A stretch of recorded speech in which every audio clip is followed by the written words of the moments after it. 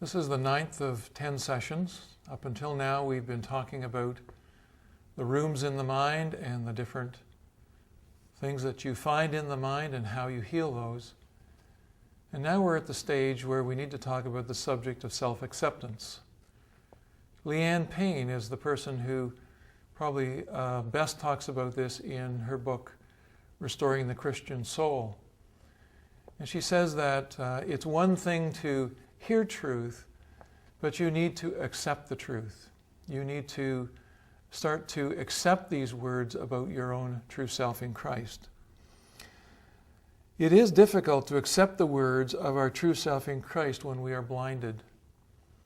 And really that's what happens. We come into the world, we are treated by other people in a certain way, we start to listen to the lies, we start to receive the woundings, and all of these things pile on top of the true self in Christ. And so it's difficult for us to believe the new words. I had one woman who suffered from severe depression, and she had all these negative words related to depression. And then she had these positive words that related to truth. And she said, I'm not sure which words to use now. I sort of feel comfortable with those old negative words. And these new words of truth, I don't feel that they're real yet. And so for her it was a dilemma. Should she be accepting these new words? But really, this is where narrative therapy starts to come into the process. We are our story. We are our words. The words that we accept about ourselves is who we are. And so if we create meaning, and if we create stories, and if we have a narrative about our life, that is who we are. And so when the truth sets us free, we can start to accept these new words, and we can start to construct a new story that is based on what God created us to be. We have a choice. We have a choice to accept or not accept. And so that's what we're going to talk about today, is this need to accept our own true self. Now, how does a person get to know about their self in the first place? As a child, you learn by watching and listening, and through your 5 senses, you start to build a picture of who you are. If a person says to you, you are stupid, and you receive that word, then that becomes who you are. That becomes your story. You become stupid. And as you accept that word and receive that word, you start to do less well on exams, and then you start to get feedback that says, see, you really are stupid, and it becomes a self-fulfilling prophecy. So the words that you receive in life are the words that start to create your image.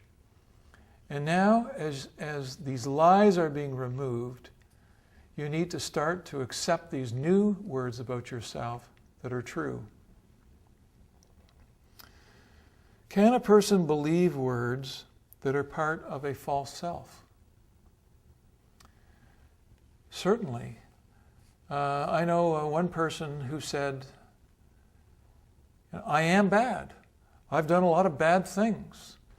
When I was in school, I acted out. I used to throw things around. I would get kicked out of school. I was a bad kid. So am I not a bad person?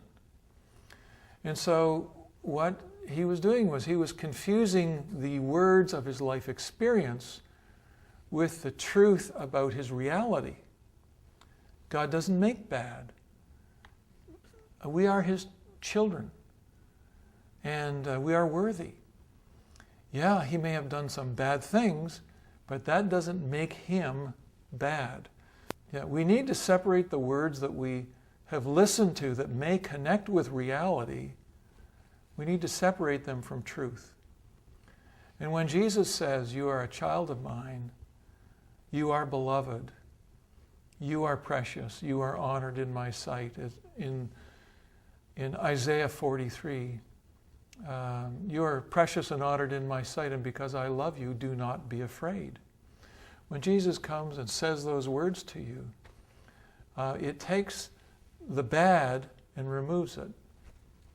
Now, if I were to draw a circle, and inside that circle were the words, "I am depressed," the reality is that I equals depression.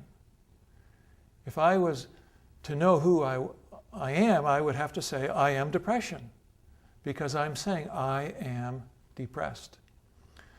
And so words have power, and the way you say words have power. And as you accept those words and say, I am depression, then that defines you. But if you are able to externalize depression and say, depression is out here, I am a child of God, depression is not me, but depression is trying to get me. It's trying to take me down. It's trying to cause me to be tired. It's trying to confuse my mind. But I'm a child of God, and I can fight against that. I don't accept depression.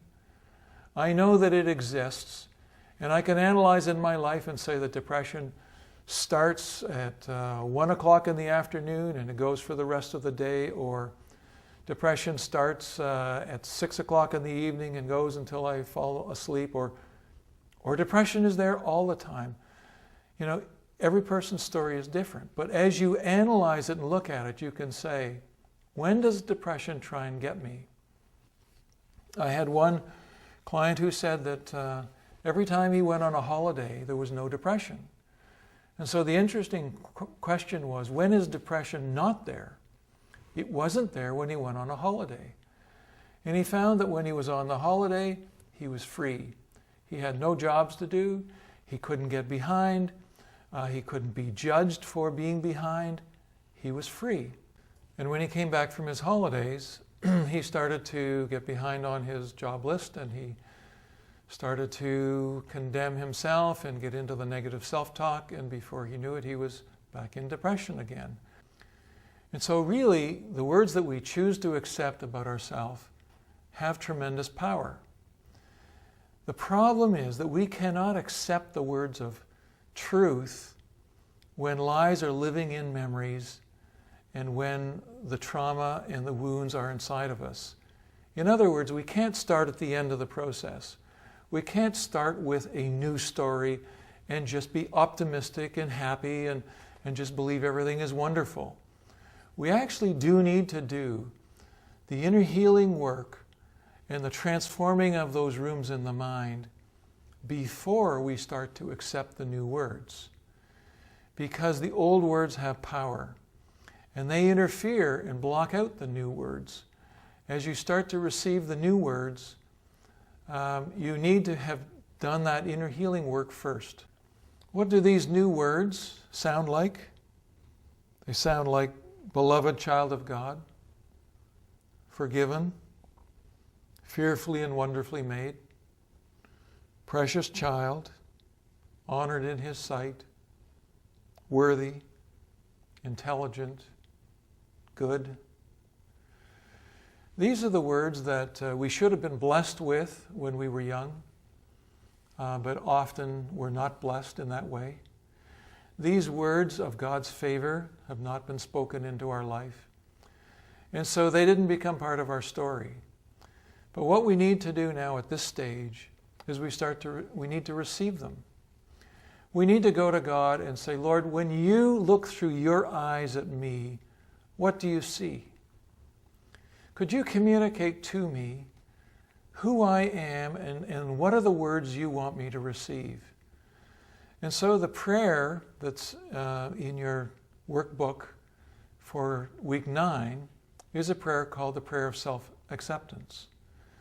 And basically what you're doing is you're going before God and praying, Lord, what are the words you want me to accept about myself? When you look at me, what do you see? And what are the words you want me to receive? And as you work through that prayer, I want you to write down the words that you hear. And I want you to then share those words with your prayer partners and tell them what do those words mean to you? And what are those words going to allow you to do? Now, there's one other way of getting to the words of self-acceptance, and that is through the analysis of success stories. And if you were to analyze a success in your life, and then you were to look at that success and say, what did I bring to that story that made it a success? You would start to find some of your key traits, some of your key characteristics, because your true self in Christ is in your successes. It's not in your failures. And as you look at a success story and you say, well, I was creative there, and I was hardworking, and I really made a difference there because I had people skills and I was able to pull the people together. And as you start to hear those words in your success stories, you're starting to hear the words that you need to be accepting because they are part of your true self in Christ.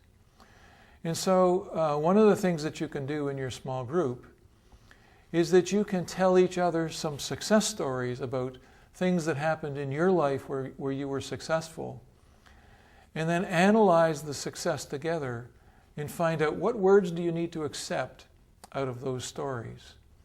And in this process, what you're starting to do is you're starting to develop a new narrative. And in week 10, what we're going to do is we're going to pull this together and show how you need to develop your new story.